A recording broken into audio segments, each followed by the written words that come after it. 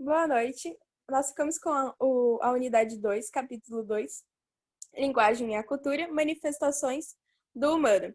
O grupo é composto por Eduarda Kramer, Flávia Pelli, Heloísa Pádua, Larissa Postai e Stephanie da Silva. Introdução.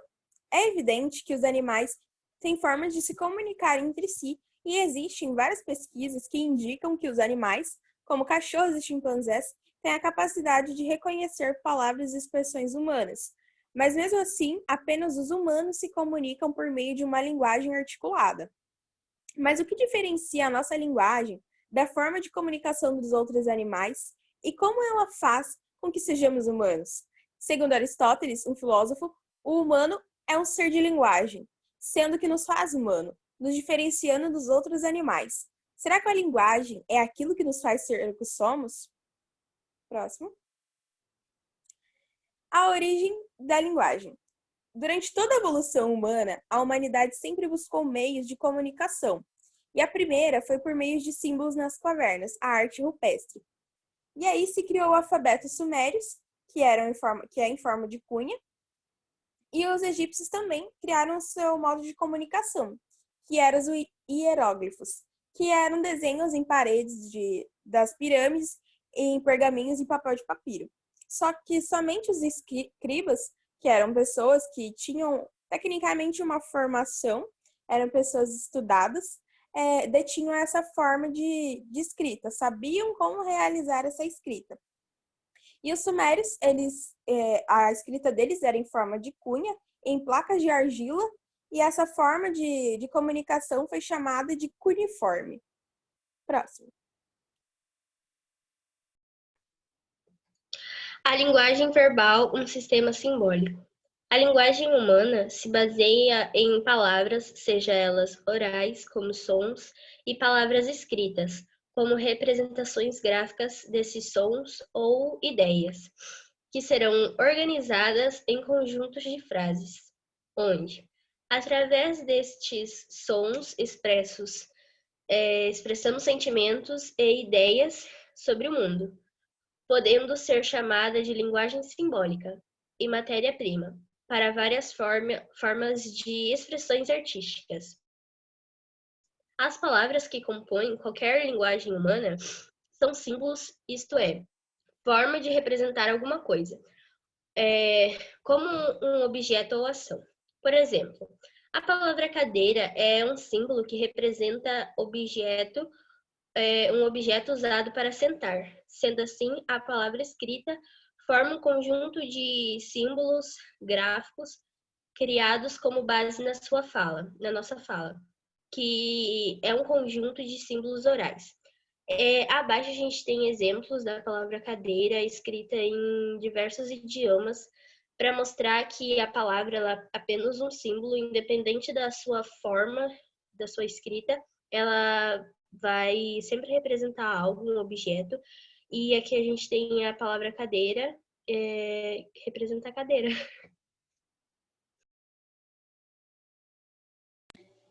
Olá, eu sou a Eduarda e eu vou falar sobre a filosofia e a linguagem na antiguidade.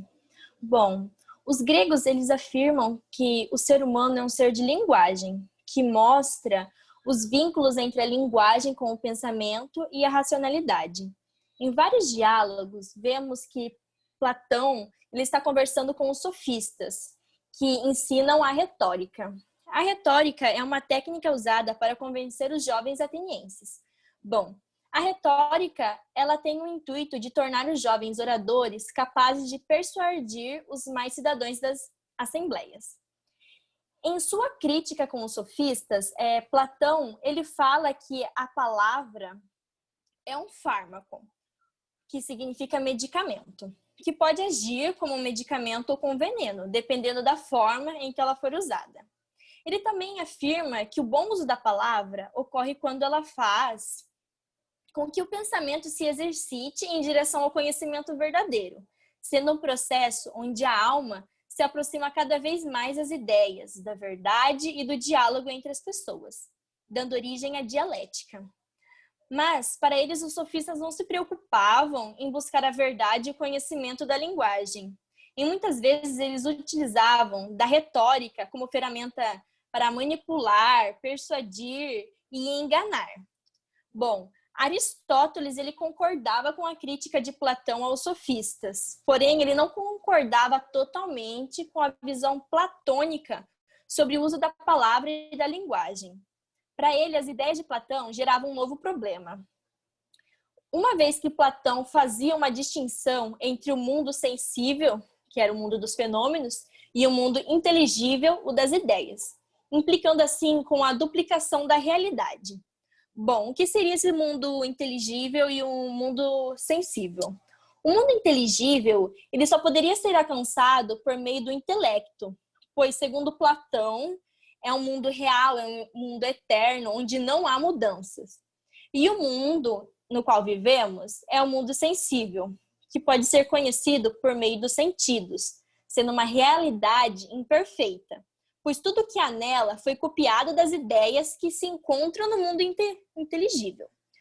Portanto, nenhuma cópia pode ser tão perfeita quanto a original, e está em constante mudança à procura da perfeição. Nelas as coisas não são eternas, pois tudo que foi criado para destruir pode ser destruído, e tudo que nasce um dia morrerá. Assim, de acordo com Platão, a linguagem também constituiria um problema para o conhecimento, porque a representação de uma coisa não valeria a mesma coisa. Então, Aristóteles, ele definiu as regras do pensamento correto, criando um campo que depois seria conhecido como lógica. Segundo Aristóteles, nós somos seres de linguagem, portadores de palavra. Isso que nos difere dos outros animais. Pela palavra, nos comunicamos e também pensamos. Próximo. Oi, meu nome é Larissa, eu vou falar sobre a virada linguística. Bem, observando então agora a frase "O irmão de Lucas está doente". Ela é uma afirmação, mas ela é verdadeira ou falsa? A resposta de cara pode parecer bem óbvia, mas bastaria saber se ele está ou não doente. No entanto, a afirmação pode ser analisada quando há uma série de outros aspectos, como: quem é Lucas? Ele tem irmãos? Ele tem apenas um ou mais de um? No caso, se ele tiver mais de um, qual deles está doente? Ele está doente no momento em que o autor escreveu ou no momento em que você está lendo? Perguntas como essa caracterizam um tipo de preocupação de uma corrente filosófica, surgida no século XX. A filosofia analítica, com a função de testar a veracidade ou a falsidade das frases e preposições. No século XX, consolidou-se uma nova ciência linguística, por meio de uma teoria estruturalista, uma virada linguística, isso é, uma mudança de focos nas preocupações da filosofia. Wittgenstein, linguagem e o mundo. Um dos mais importantes pensadores da linguagem no século XX foi Ludwig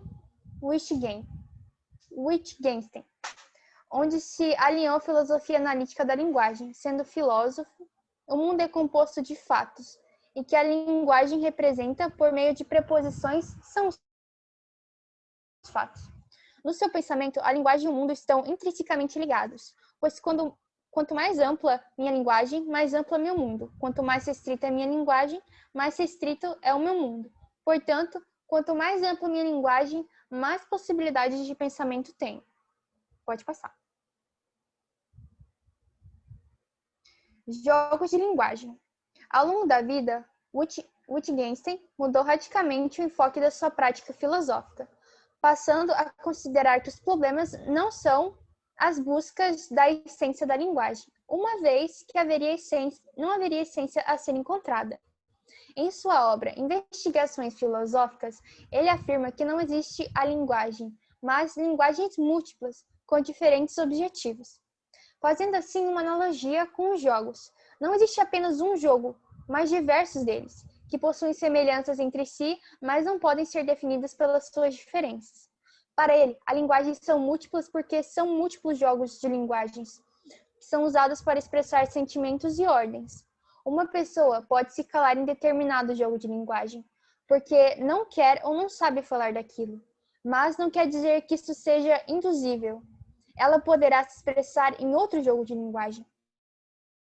Por exemplo, um réu pode se calar no tribunal, não admitindo sua culpa, mas pode falar livremente com seu advogado, sendo diferentes jogos de linguagem, cada um com seus interesses e possibilidades. Portanto, o significado de uma palavra não é universal, imutável.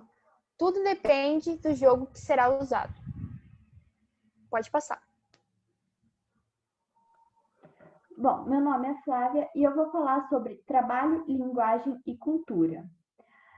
Como entendemos, a linguagem é uma forma de expressão simbólica, o que quer dizer que, então, a cultura é o conjunto de tudo aquilo no ambiente em que vivemos que foi produzido pelo ser humano, que por meio do trabalho o ser humano transforma o mundo e transforma-se, então, a si mesmo. E a atividade de transformação do mundo pelo trabalho é justamente o que chamamos de cultura. Os antigos romanos foram os primeiros a empregar um sentido da palavra cultura, e esse sentido era de cultivo. Então, daí originou-se a palavra agricultura, que quer dizer cultivo agrícola, o cuidado com a terra que vai permitir que as plantas cresçam. Mas também eles falavam em um cultivo de si, ou seja, uma pessoa se cultivar, cuidar de si mesma, educar a si mesma e com isso a mesma crescer. E isso então nos fez perceber, nesse sentido falamos então de culturas indígenas, cultura brasileira, culturas europeias e diversos outros exemplos. Percebe-se então, portanto, uma estreita ligação entre trabalho, cultura e linguagem. Produzimos cultura ao transformar o mundo por meio do trabalho. E expressamos essas transformações por meio da linguagem. Porém, a produção de linguagem é uma forma de trabalho, o que significa que também é uma linguagem que transforma o mundo. E todo mundo já deve ter ouvido falar em cultura erudita e cultura popular. A cultura erudita, ela compreende as realizações culturais humanas complexas, ou seja, nas partes de artes e nos pensamentos em forma em geral. E também a segunda, cultura popular, ela vai reunir expressões tradicionais que vão circular uma sociedade, ou seja, como são as festas, quais são as crenças daquela sociedade, quais as músicas e outros tipos de manifestações.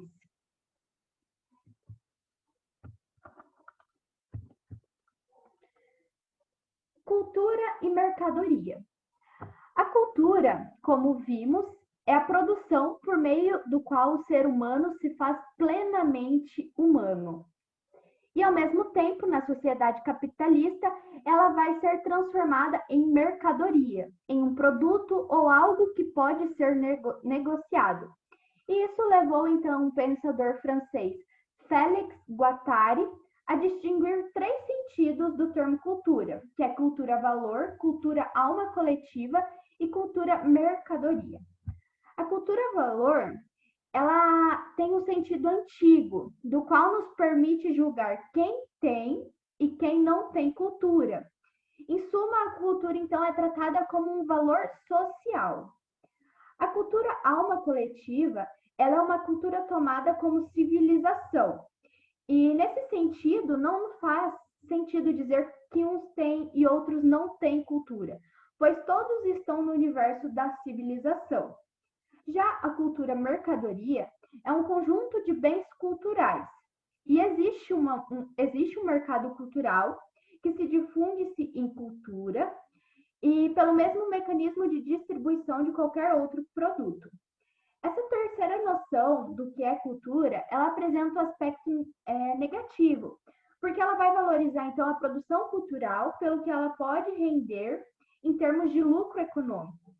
Mas mesmo ela tendo esse ponto negativo, ela vai ter um aspecto positivo em termos de acesso à cultura, já que a cultura mercadoria, ela não vai fazer distinção entre uma cultura popular e uma cultura erudita, já que no contexto da sociedade capitalista, ambas são mercadorias.